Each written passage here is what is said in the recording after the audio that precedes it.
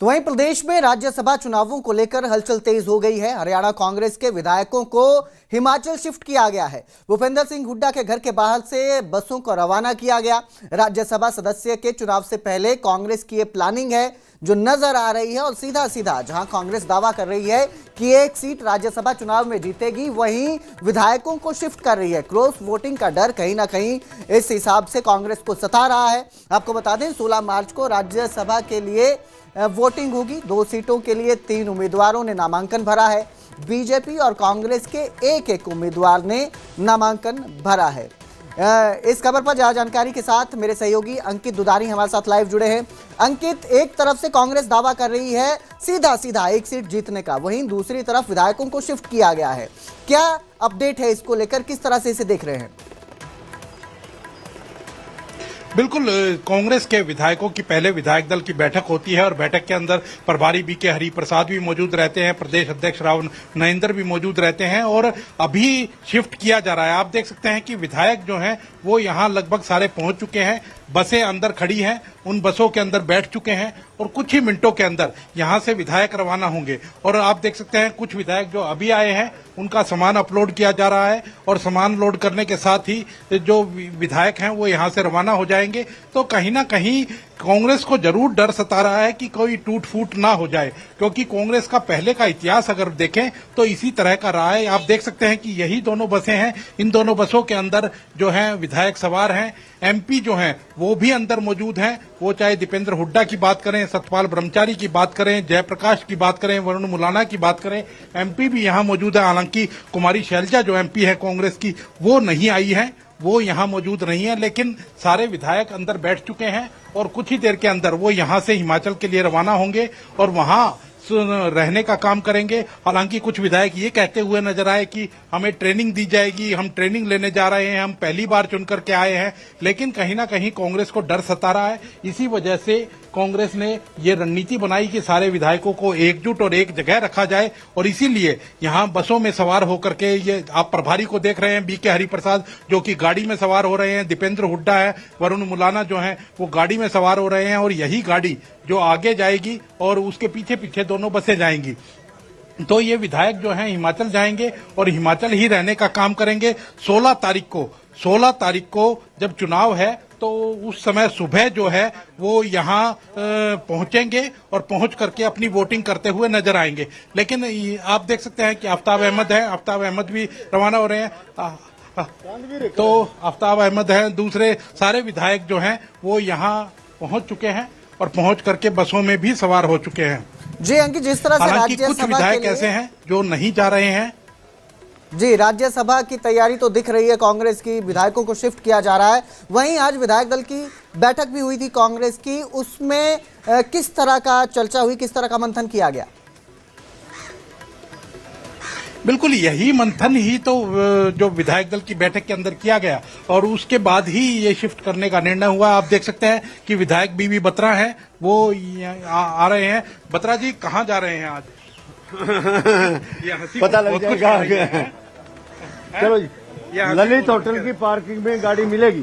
अच्छा, वहाँ पर गाड़ियाँ चेंज करनी है। चलो। अच्छा, तो ये कहीं ना कहीं ये राजनीति वाली बातें भी करने लग गए हैं।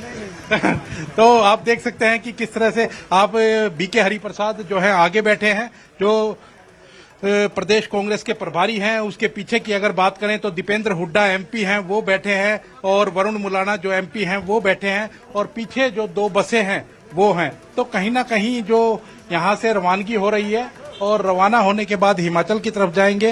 हिमाचल में शिमला के पास जगह है, वहाँ ये रुकने का काम करेंगे और 16 तारीख को जो है वापसी यहाँ आएंगे। जब तो उस समय वोटिंग हो रही होगी और वोटिंग के समय ही ये यहाँ पहुंच करके अपना वोट कास्ट करते हुए नजर आएंगे, क्योंकि 2 राज्यसभा की सीटें हैं लेकिन कैंडिडेट जो हैं वो 3 हैं और इसी वजह से कांग्रेस को डर सता रहा है और कांग्रेस जो है अपने विधायकों को शिफ्ट कर रही है।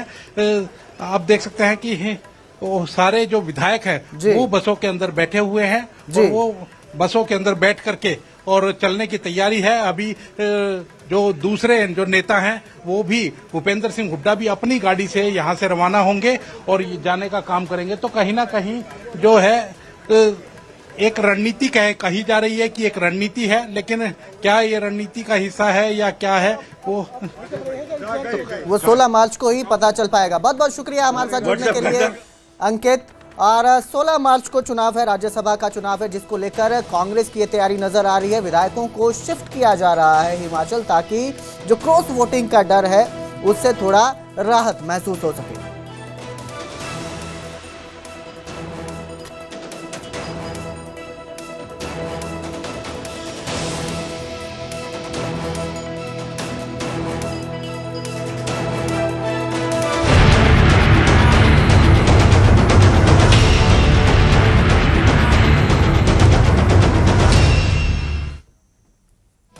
और अब जिक्र करेंगे एलपीजी का, जिसको लेकर लोगों में घबराहट देखने को मिल रही है, डर लोगों को सता रहा है। सिलेंडर के लिए लंबी लंबी लाइनें लगी नजर आ रही है। आज आपके घर पे खाना पक रहा है, कल खाना नहीं पकेगा या पकेगा, इसी का डर अब लोगों को सताने लगा है। इसी को लेकर एलपीजी संकट पर मुख्यमंत्री नायब सिंह सैनी का बड़ा बयान सामने आया और उन्होंने कहा कि एलपीजी की आपूर्ति बाधित होने की अफवाहें फैलाई जा रही हैं। घरेलू एलपीजी, पेट्रोल, डीजल की आपूर्ति सामान्य है, राज्य में पूरा स्टॉक है। मुख्यमंत्री नायब सिंह सैनी ने कहा कि लोगों को घबराने की जरूरत नहीं है, गैस की सप्लाई लगातार हो रही है। तो इसके साथ ही कालाबाजारी या जमाखोरी को लेकर उन्होंने तुरंत एक्शन लेने की जो है आदेश दिए हैं। सीएम सैनी ने अधिकारियों को सख्त निर्देश दिए हैं कि कालाबाजारी या जमाखोरी की अगर कोई घटना कहीं पर पता चलती है तो उस पर सीधा सख्त एक्शन लिया जाए। स्पष्ट रूप से कहना चाहता हूं कि हरियाणा में घरेलू एलपीजी, पेट्रोल और डीजल की आपूर्ति पूरी तरह सामान्य और निर्बाध है। हमने खाद्य नागरिक आपूर्ति एवं उपभोक्ता मामलों के वरिष्ठ अधिकारियों तथा ऑयल कंपनियों के प्रतिनिधियों के साथ विस्तृत बैठक भी की है। ऑयल कंपनियों ने हमें आश्वस्त किया है कि राज्य में पर्याप्त स्टॉक उपलब्ध है और गैस की आपूर्ति निरंतर प्राप्त हो रही है। भारत सरकार के पेट्रोलियम एवं प्राकृतिक गैस मंत्रालय ने 9 मार्च को जारी अपने निर्देश के अनुसार उन्होंने प्राथमिक क्षेत्रों में घरेलू एलपीजी की जो समुचित उपलब्धता है और वितरण सुनिश्चित करने के पुख्ता इंतजाम किए गए हैं। कमर्शियल सिलेंडरों की आपूर्ति में हमने अस्पतालों और शिक्षण संस्थाओं, अन्य आवश्यक सेवाओं को प्राथमिकता देने की व्यवस्था की है। ऑयल कंपनियां शेष आपूर्ति सुचारू रूप के लिए लगातार प्रयासरत है। हमने राज्य के सभी डीसीस और पुलिस अधीक्षकों और जिला खाद्य एवं आपूर्ति नियंत्रकों को सख्त निर्देश भी दिए हैं कि किसी प्रकार की चोरी, कालाबाजारी या जमाखोरी पर तत्काल कार्रवाई हो। मैं हरियाणा की जनता से अपील करता हूं कि अफवाहों में विश्वास न करें, अनावश्यक घबराहट या भंडारण से बचें।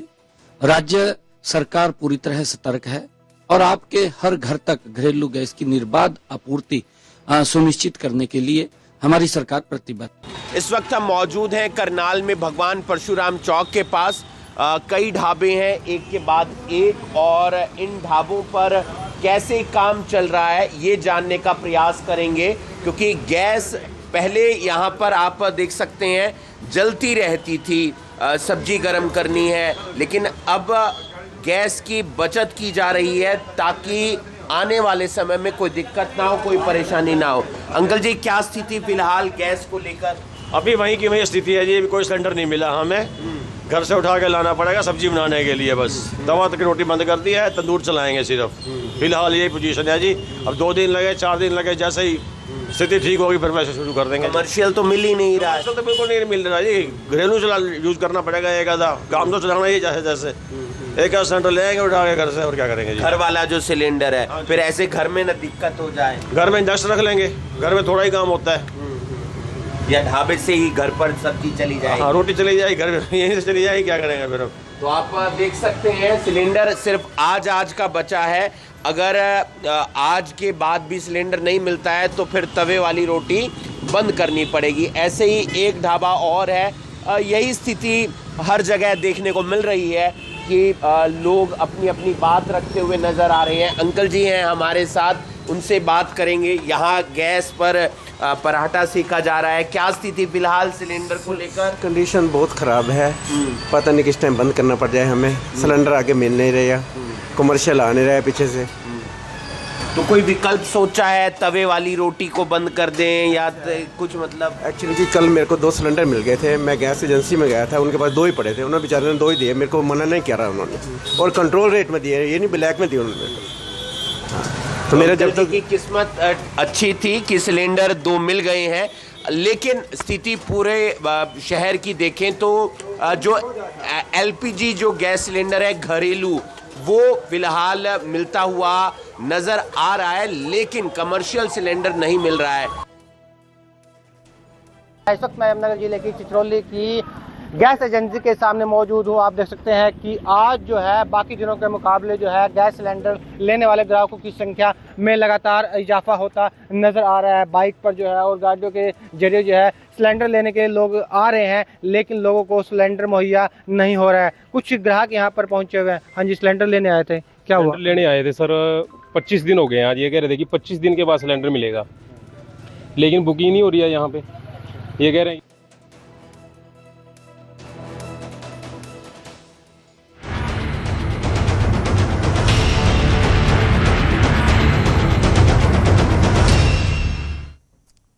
और अब जिक्र करेंगे मुख्यमंत्री नायब सिंह सैनी का, जिन्होंने पंचकुला में वसंत उत्सव का शुभारंभ किया। 3 दिन तक ये भव्य वसंत उत्सव चलेगा। इसके साथ ही मुख्यमंत्री ने पर्यावरण संरक्षण को लेकर भी बड़ा संदेश दिया। उन्होंने कहा कि प्रदेश में अब तक 20 ऑक्सीवन स्थापित किए गए हैं। वहीं अरावली में दुनिया की बड़ी जंगल सफारी योजना बनाई जाएगी। करनाल में 50 करोड़ से डियर पार्क बनेगा। वहीं मुख्यमंत्री नायब सिंह सैनी ने बताया कि इस बार कैक्टस गार्डन को जनता के लिए खोला गया है। वसंत उत्सव के समारोह पे मुख्यमंत्री पहुंचे थे उत्सव में, और शुभारंभ कर उन्होंने पर्यावरण को लेकर भी संदेश दिया। साथ ही कहा कि जो वसंत है वो लोगों के अंदर उत्साह भरता है, खुशी लेकर आता है, खुशबू और पारंपरिक संस्कृति को बढ़ावा देगा ये जो उत्सव है। महिलाओं की गोद में और माता मनसा देवी के पावन चरणों में पंचकुला का एक आधुनिक और ये व्यवस्थित हरियाणा का एक शहर है। साथियों, यह नगर प्राकृतिक सुंदरता, यहां आधुनिकता की और परंपराओं का ये संगम बहुत सुंदर दिखाई देता है।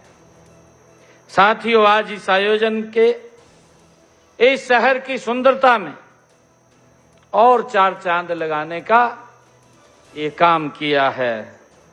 साथियों, मुझे जानकर ये खुशी भी हुई है कि ये कार्यक्रम 37 साल में पहली बार उत्सव का आयोजन ये 3 दिन सूरजकुंड मेले की तर्ज पर ये किया जा रहा है।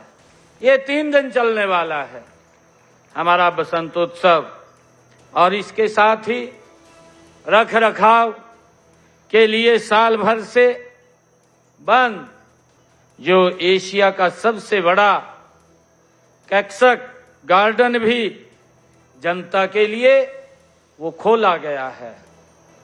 साथियों, इस उत्सव को आकर्षक बनाने के लिए पुष्प सज्जा, कट फ्लावर, रंगोली प्रतियोगिता, चित्रकला और पार्ट पेंटिंग, फेस पेंटिंग और टैटू प्रतियोगिता, ये पर्यावरण क्विज, मेहंदी प्रतियोगिता, फैंसी ड्रेस, ये इस प्रतियोगिता का आयोजन इसमें किया जा रहा है।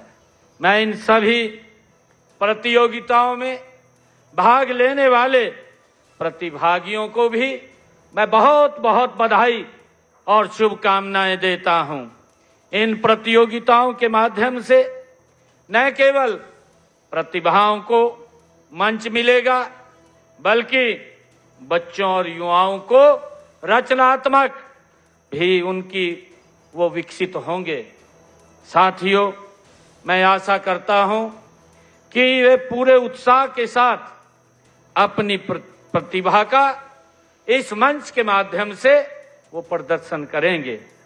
साथियों, भारत विश्व का एक ऐसा देश है जहां प्रकृति ने अनेक ऋतुओं को ਪੀਐਮ ਨਰਿੰਦਰ ਮੋਦੀ ਤੋਂ ਜਿਨ੍ਹਾਂ ਨੇ ਈਰਾਨ ਦੇ ਰਾਸ਼ਟਰਪਤੀ ਦੇ ਨਾਲ ਗੱਲ ਕੀਤੀ ਹੈ, ਜੰਗ ਦੇ ਹਾਲਾਤਾਂ ਦੇ ਵਿਚਾਲੇ ਰਾਸ਼ਟਰਪਤੀ ਦੇ ਨਾਲ ਗੱਲਬਾਤ ਕੀਤੀ ਗਈ ਹੈ ਔਰ ਨਾਲ ਹੀ ਗੱਲਬਾਤ ਦੇ ਦੌਰਾਨ ਉਹਨਾਂ ਦਾ ਇੱਕ ਕਿਸਮ ਦਾ ਹਾਲ ਚਾਲ ਜਾਣਿਆ ਗਿਆ। ਉਹਨਾਂ ਕਿਹਾ ਕਿ ਭਾਰਤ ਸ਼ਾਂਤੀ ਅਤੇ ਗੱਲਬਾਤ ਦਾ ਸਮਰਥਕ ਹੈ, ਭਾਰਤੀਆਂ ਦੀ ਸੁਰੱਖਿਆ ਸਾਡੀ ਤਰਜੀਹ ਹੈ। ਇਹ ਵੀ ਪੀਐਮ ਮੋਦੀ ਨੇ ਕਿਹਾ। ਪੀਐਮ ਮੋਦੀ ਨੇ ਜੰਗ ਦੇ ਵਿੱਚ ਮਾਰੇ ਗਏ ਦੱਸ ਦਈਏ ਕਿ ਸਾਰੇ ਲੋਕਾਂ ਦੇ ਪ੍ਰਤੀ ਦੁੱਖ ਜ਼ਾਹਿਰ ਕੀਤਾ ਹੈ। ਜਿਸ ਤਰੀਕੇ ਦੇ ਨਾਲ ਲਗਾਤਾਰ ਅਮਰੀਕਾ ਅਤੇ ਇਜ਼ਰਾਈਲ ਦੀ ਗੱਲ ਕੀਤੀ ਜਾਵੇ, ਮਿਲ ਕੇ ਅਟੈਕ ਕੀਤੇ ਜਾ ਰਹੇ ਨੇ ਈਰਾਨ ਤੇ लगातार अटैक हो रहे हैं। खास तौर पर उन्होंने सुप्रीम लीडर खामेनेई की मौत तो बाद एक बड़ा झटका ईरान नूं लग्या है और लगातार ईरान भी दूजे पासे खाड़ी देशां ते हमलावर है। लगातार अमेरिका के जोड़े बेस कैंप ने उन्होंने ढाए जा रहे हैं, पर अजिहे दे विच पीएम नरेंद्र मोदी दे वल्लों गल कीती गई है। तां जिक्र खास ये भी है क्योंकि ईरान दे नाल वड्डा व्यापार है